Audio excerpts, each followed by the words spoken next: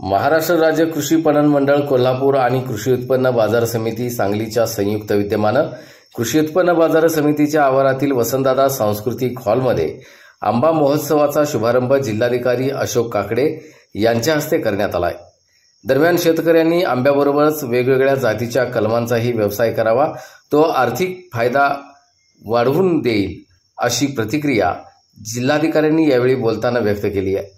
यावेळी कृषी पणन मंडळ कोल्हापूर उपसरव्यवस्थापक डॉक्टर सुभाष गुले, कृषी उत्पन्न बाजार समितीचे सभापती सुजय शिंदे आदींसह इतर अनेक मान्यवर उपस्थित होते।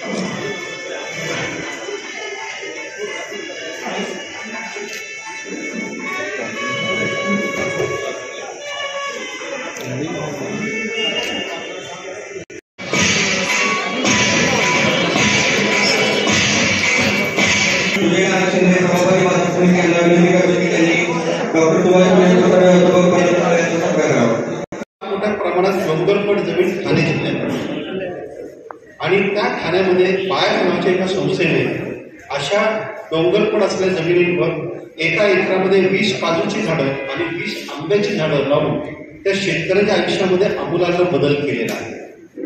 त्याच्यातून त्यांना दरवर्षी आर्थिक उत्पन्न मिळतं आणि आंब्यांपेक्षा आता त्याचा भर हा कलमांवर जास्त आलेला आहे। हजारो किंवा लाखो कलमं तिथून दरवर्षी तयार केली जातात आणि ती पाठवली जातात। मला असं वाटतं की जे कोणी शेतकरी आज इथे आहेत तुमचे खरंच आंबे पहिल्यांदाच असं लक्षात येतं की ते अत्यंत आकर्षक आहे। सगळ्यात महत्त्वाचं तुम्ही खूप कष्टाने ते वाढवलेले आहे, त्यासाठी तुमच्या सर्वांचं अभिनंदन करतो। आणि त्याचबरोबर आज इथे सांगली आंबा महोत्सव भरवल्याबद्दल मी सांगली महाराष्ट्र कृषी पणन मंडळ कोल्हापूर आणि कृषी उत्पन्न बाजार समिती सांगली या दोघांचेही आभार मानतो।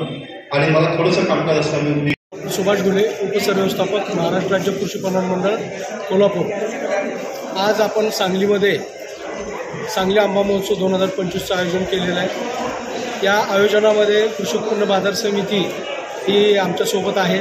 खरं तर आंबा उत्पादकांना आंब्याचं उत्पादन घेणं खूप चांगल्या पद्धतीने येतं, परंतु मार्केटिंगच्या बाबतीत त्यांना कुठंतरी नवीन चॅनल मिळालं पाहिजे, नवीन व्यासपीठ मिळालं पाहिजे। या उद्देशाने आमचे राज्याचे पणन मंत्री जयकुमार रावल साहेब यांच्या मार्गदर्शनाखाली पूर्ण राज्यामध्ये आपण अशा प्रकारचे आंबा महोत्सव आयोजन करतो। वास्तविक पाहता पुण्यामध्ये 2 महिने झाले आंबा महोत्सव सुरू आहे, त्याचप्रमाणे नाशिक, औरंगाबाद, अमरावती, नागपूर आणि आता आपण सांगलीमध्ये घेत आहोत। त्यामुळे एक वेगळ्या प्रकारचं व्यासपीठ शेतकऱ्यांना या माध्यमातून मिळतं आहे। आज आपण जर पाहिलं तर जे कोकणातील हापूस आंबा या ठिकाणी आलेला आहे, त्या आंब्याचं वैशिष्ट्य म्हणजे QR कोडचा वापर केलेला आहे। QR कोडचा वापर केल्यामुळे ग्राहकांची फसवणूक जी होते की हापूस हा म्हणजे कर्नाटकमधून पण येतो, तामिळनाडूमधून येतो, परंतु तो आपला रत्नागिरी हापूस किंवा देवगड हापूस या नावाने बऱ्याचदा ग्राहकांना घ्यावा लागतो। तर याला कुठंतरी आळा बसावा म्हणून शेतकऱ्यांनी QR कोडचा वापर सुरू केलेला आहे। आपण जर ते स्कॅन केलं QR कोड तर ते शेतकऱ्याची पूर्ण कुंडली आपल्याला कळते, तो शेतकरी कुठला आहे, त्याचं लोकेशन कळतं, त्याचा मोबाईल नंबर मिळतो आणि महत्त्वाचं म्हणजे तो आंबा कोणत्या दिवशी काढलेला आहे हे सुद्धा ग्राहकाला माहिती होतं। आज आपण इथं जर पाहिलं तर जवळ 3 ते 4 जिल्ह्यातले आंबा उत्पादक शेतकरी आलेले आहेत। यामध्ये हापूस असेल, पायरी असेल, त्यानंतर केशर असेल, या प्रामुख्यानं व्हरायटी विक्रीसाठी उपलब्ध आहेत। तसेच आपण आपल्या सांगली जिल्ह्यामध्ये जे आंब्याचे काही उत्पादन घेतलं जातं त्या जवळजवळ 32 जाती इथं आपण डिस्प्ले केलेल्या आहेत। या बऱ्याचशा जाती ग्राहकांना माहीत नसतात, त्यामुळे तो एक खूप मोठा एक म्हणजे संधी ग्राहकांना मिळालेली आहे। त्यामुळे या 32 प्रकारच्या आंब्याच्या जातीसुद्धा आपल्याला या महोत्सवाच्या माध्यमातून पाहायला मिळतात। आपल्या सर्वांच्या माध्यमातून मी एक सांगलीकरांना विनंती करतो की त्या सर्वांनी या महोत्सवास चांगला प्रतिसाद द्यावा, भेटी द्याव्यात आणि आंब्याची खरेदी करावी। धन्यवाद।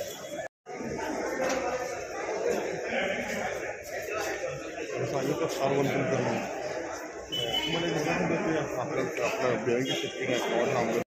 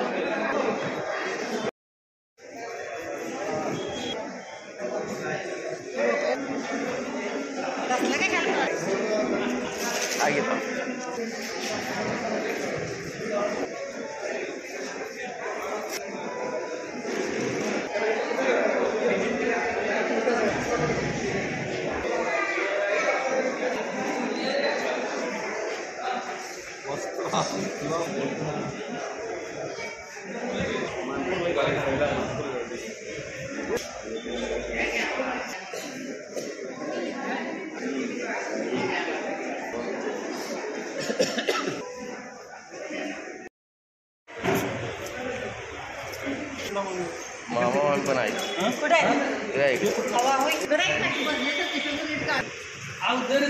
आणि तुमची किती